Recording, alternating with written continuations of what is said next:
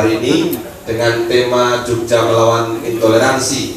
Di tengah penelitian banyak menunjukkan bahwa intoleransi di Indonesia selama 10 tahun terakhir itu cenderung menguat.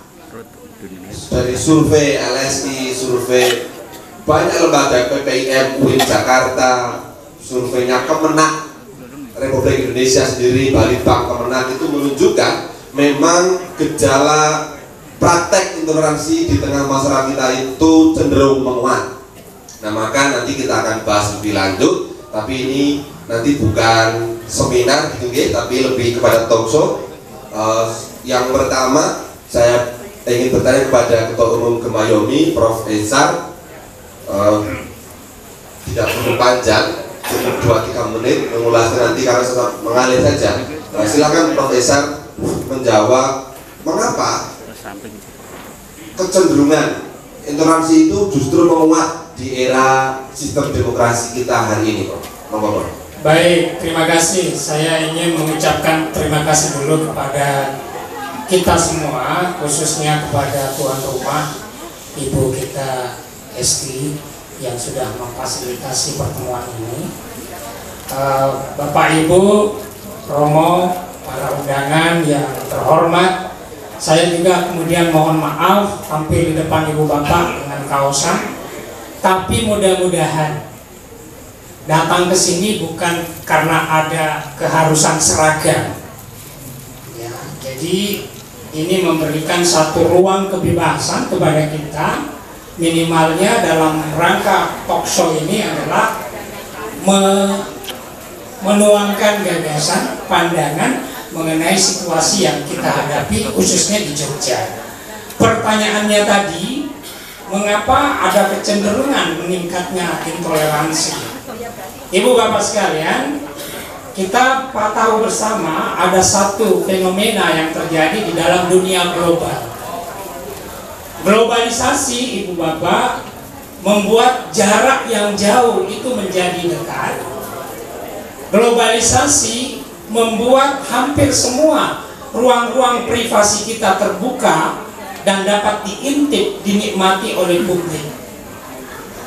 Semakin bebas ruang globalisasi itu kita nikmati, semakin terancam privasi kita. Jadi paradoks, globalisasi dengan teknologi semakin membuka hubungan interaksi antar individu yang satu dengan yang lain, begitu juga ruang jarak menjadi semakin singkat. Tetapi pada sisi lain, kita semua, bahkan dalam kasus saya punya password kurang lebih 7 untuk menjaga privasi saya, melindungi data yang terkait dengan semua gagasan atau pikiran-pikiran saya. Itu paradoks. Jadi saya menjawab pertanyaan ini, fenomena itu paradoks.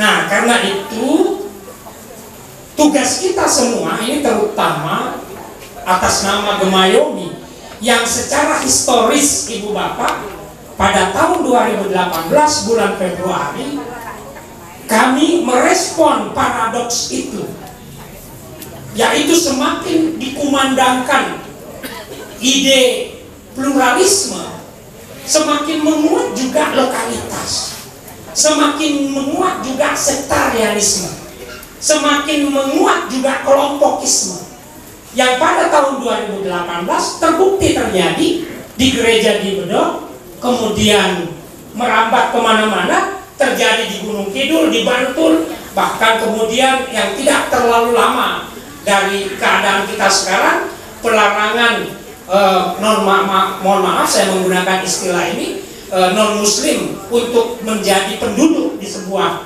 desa di Bantul dan lain-lain sebagainya. Lokalitas menguat, melawan atau menghadapi globalisme seperti itu. Nah, karena itu Gemayomi, Gerakan Masyarakat Melawan Intoleransi ini berkomitmen untuk menyelesaikan paradoks-paradoks kehidupan kita seperti ini. Terima kasih. Oke, terima kasih, Prof. Berikan aplaus dong. Ini biar makin semangat. ada paradoks. Jadi satu sisi keterbukaannya semakin menguat karena internet itu mempercepat globalisasi, tapi pada sisi lain justru menguatkan sektarianisme. Lalu Mas Dr. Haji Juli Qadir, kalau dalam konteks Yogyakarta sendiri, apakah juga praktek-praktek intoleransi itu memang cenderung menguat? Karena Mas Juli banyak sekali jurnal yang mengupas penelitian di masjid-masjid kampus, negeri dan swasta. Mungkin bisa diulas, silakan Mas Juli. Baik, selamat malam semuanya. Saya suaranya hilang, bukan 100 titik yang saya kunjungi, tapi baru saja selesai jam 5:30 main bola. Saya ini makanya nggak bekal-bekal ya. Dalam rangka 17 Agustus dan dalam rangka pertandingan melawan tim yang sungguh-sungguh pemain bola. Ini mantan-mantan, sebenarnya udah tua-tua juga, cuman saya tambah tidak mampu. Saya tadi dikenalkan oleh Mas Mas Haryanto sama Mbak Elis. Siapa yang kenal dengan Pak Zuli? Tidak ada. Itulah sebabnya saya tidak mencalonkan diri menjadi anggota dewan. Karena ada banyak orang yang sebenarnya agak tidak tahu diri, tidak ada yang kenal, tapi mencalonkan diri. Kalau Bu Eski jelas, saya selalu mengukur diri saya. Saya tanya kepada tukang becak atau tukang ojek yang berada sekitar 500 meter dari rumah saya. Tahu Pak Zuli, rumahnya Pak Zuli mana? Wah, Pak Zuli sopo nggih. Oh, nggih sampun. Berarti itu tandanya orang 500 meter aja nggak tahu saya. Bagaimana saya mau mencalonkan diri yang jaraknya itu berkilo-kilometer? Jadi Bapak dan Ibu, mohon maaf sekali, bukan saya menghalang-halangi yang belum terkenal untuk mencalonkan diri, tapi itu fenomena. Lalu kemudian yang ditakut-takuti sebagian itu para pohon ditakut-takuti dengan gambar, lalu dengan tembok. Jangan, kalau berarti jelas konkret. Tanya di Gunung Kidul mendekat itu sangat jauh sekali. Bapak dan Ibu yang dihormati, dekat Pacitan sana, saya ke sana itu.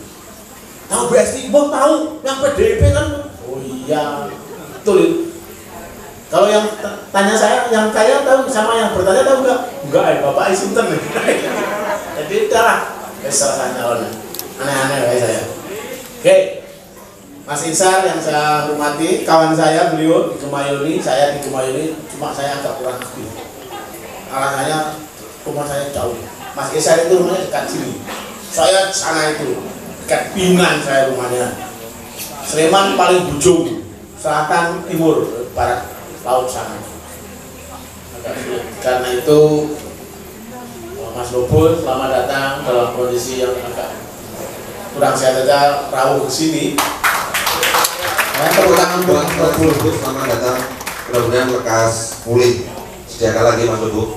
Silakan lanjut Pak Diri. Ya. Saya melakukan riset di 5 kampus. Kampus Universitas Gadjah Mada, Kampus Universitas Islam Indonesia, Kampus UII, biasanya dibahasakan oleh Universitas Insya Allah Islam, Universitas Islam Indonesia. Lalu kemudian Kampus Universitas Muhammadiyah Yogyakarta, Kampus Universitas Negeri Yogyakarta. 5 pada tahun 2011. Kampus yang dianggap paling tidak Islam, coba bayangkan, yang paling tidak Islam itu Universitas Islam Negeri Yogyakarta. Bayangkan, namanya Universitas Islam Negeri dianggap tidak Islam. Tobat. Oleh siapa? Oleh mahasiswa, oleh beberapa takmir masjid waktu itu, oleh beberapa dosen yang saya temui. Kok bisa Mas? Kampus UIN tidak Islam? Karena sering mengundang kayak Mas Toto Jamano Mahathir. Jadi Mas Toto itu loh. Lalu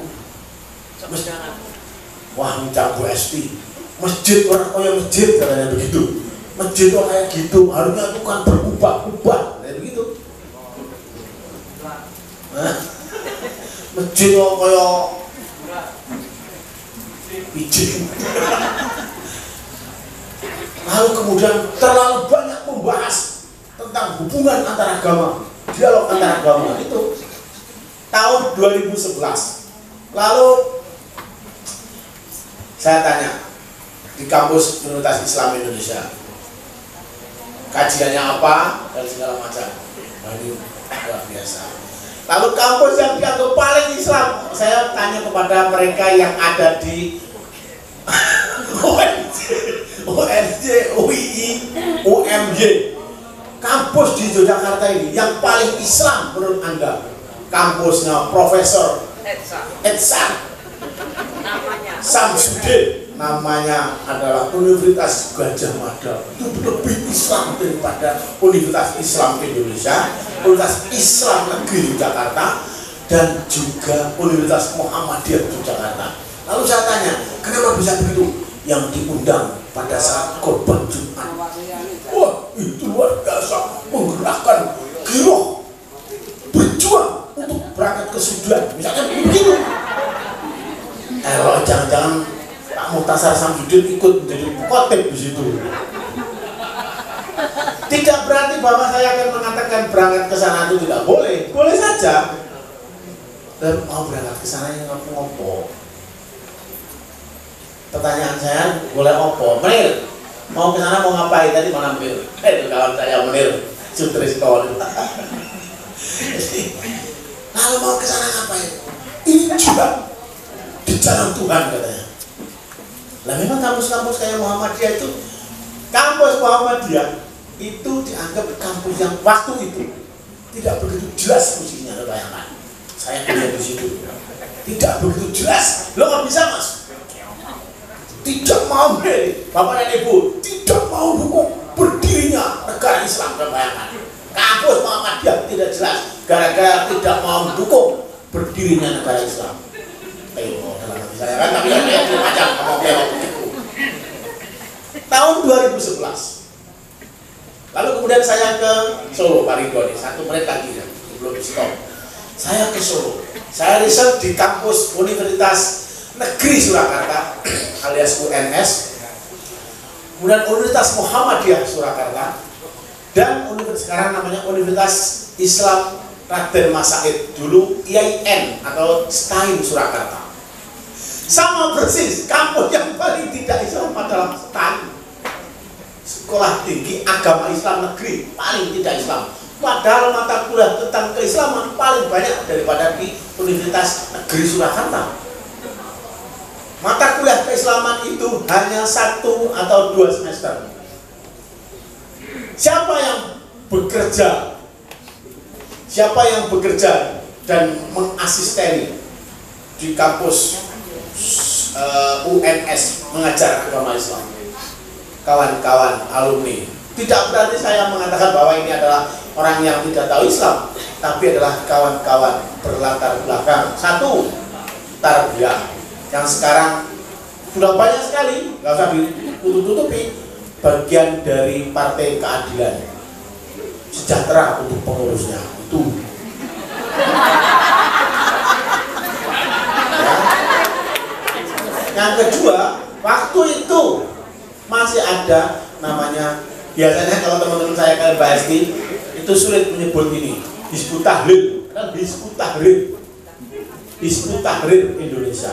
Teman-teman Katolik Kristen biasanya agak sulit. Apa tuh aku cari mas Hizbut Tahrir? Ya oke, ini orang cocok orang itu. Ini tahlir, ini orang tahlir. Saya ulang ini. Kalau itu kan jelas tahlir. Ini Hizbut Tahrir tapi yang nggak tahlilan. Ya Hizbut Tahrir, Partai Pembebasan. Dia yang menguasai, dia yang memberikan pengajian di Masjid UNS. Kemudian namanya, kalau di kampusnya beliau Pak Esa, itu yang menjadi itu loh, asistensi mata kuliah agama Islam. Sekarang sudah dihapus di Gajah Mada. Bagus menurut saya, yang kebanyakan asistensi. Padahal goblok sih. Ya, jadi tahun 2011, tahun 2012. Lalu kemudian saya mendata sejak tahun 2011 sampai tahun 2019 di Yogyakarta, peristiwa-peristiwa tentang apakah itu coba-coba mau membakar pura-puranya, membakar karpet masjid Kauman. Ada. lalu kemudian membakar gereja yang ada di Wirobrajan, ada. Lalu kemudian melempari salah satu masjid yang ada di dekat Bangutapan, ada. Lalu kemudian di Juplah itu kira-kira ada 37 dari tahun 2011 sampai dengan tahun 2019.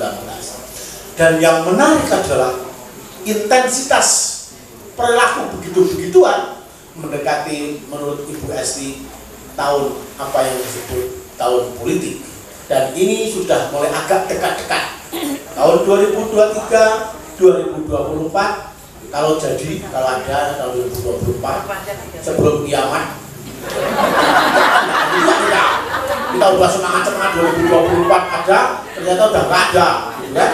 Jangan terlalu bersemangat dong. Biasa. Jangan dikeluarin semua nanti. Begitu. Baik. Tak mau basic ya, maturun. Terima kasih tepuk tangan tuh, Dr. Haji Juni Kodir. Baik, jadi itu yang terjadi di masyarakat kampus, ya. Dijelaskan bahwa justru yang lebih Islami itu Rizno ini saat ini bukan ngarang-ngarang, bukan katanya, apalagi menurut Mbah apa gitu ya. Nanti derap. Nah, jadi ini riset resmi menunjukkan bahwa kampus-kampus sekuler umum, UGM, UNS, dan nanti macam-macam UNER, UI, ITB itu yang jauh dianggap lebih Islami ketimbang UIN, STAI dan seterusnya. Nah, ini beralih ke Ibu Esti sebagai pejabat publik, tokoh nasional, saya kira ini bagaimana sih kita sebagai warga negara atau Ibu Esti yang sudah 25 tahun sebagai pejabat publik dari tingkat kabupaten, provinsi hingga nasional itu sering kali kan sekarang relasinya dengan para menteri dan presiden langsung. Bagaimana, silakan Bu Esti. Baik, terima kasih Mas Budi Ridho, Profesor Mas Juni Kodir yang saya hormati. Saya sapa dulu Mas Lopo yang juga berdiri Kemayomi, terima kasih agunya. Sebentar mau ada pengumuman.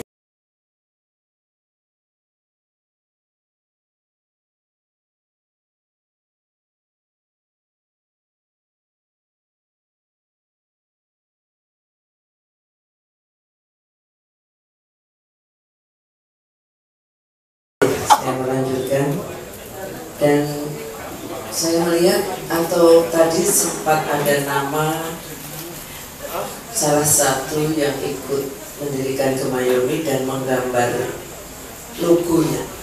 Mas Santoro es turawu mboten ya? Ndi Mas Santoro? Oh ya lo gak kene to. Lenggah ngerti iki. Ya ini Mas Santoro, ini puji Tuhan alhamdulillah, tepuk tangan untuk beliau. Ya bisa. Ya ini luar biasa, beliau sangat sehat meskipun sudah sangat pernah mengalami sakit yang iya ya. Lalu hadir di sini sebagian dari yang ikut ambil bagian dalam pendirian Kemayomi, Prof. Ada kawan-kawan saya Laskar yang pada tanggal 18 Februari 2018 itu ada untuk bersama-sama melakukan deklarasi. Saya sapa mungkin Mas Haripalang dan kawan-kawan, ya, Mas Jimmy dan kawan-kawan di Mas Jimmy. Oh ya, lalu ada Mas Sepogan, Nanang Kiwit dan kawan-kawan. Saya mencoba mengingat supaya sejarah kita panjang ini. Kok udah ya? Karena